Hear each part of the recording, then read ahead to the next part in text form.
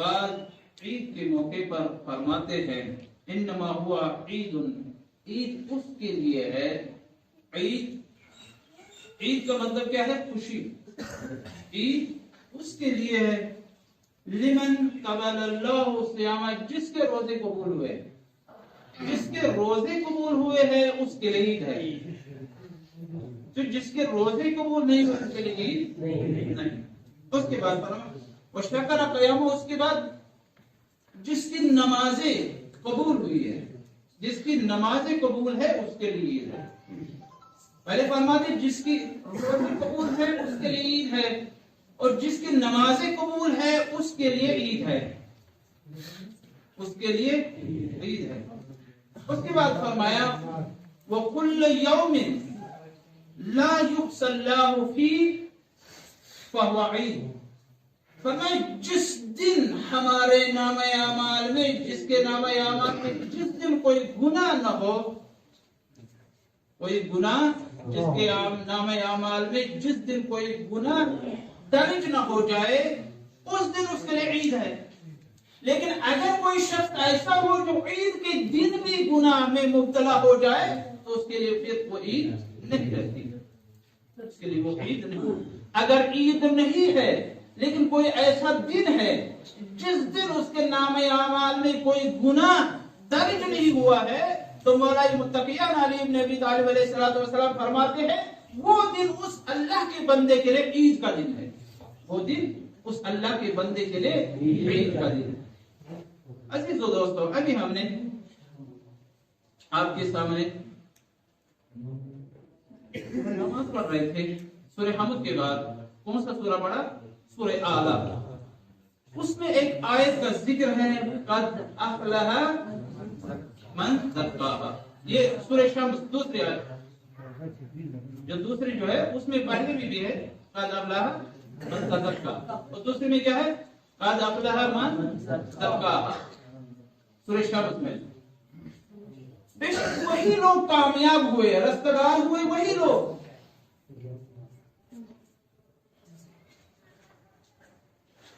جو پرہیزگار ہیں، جنہوں نے زہد اختیار کیا ہے، وہی لوگ کامیاب ہوئے ہیں، اور جنہوں نے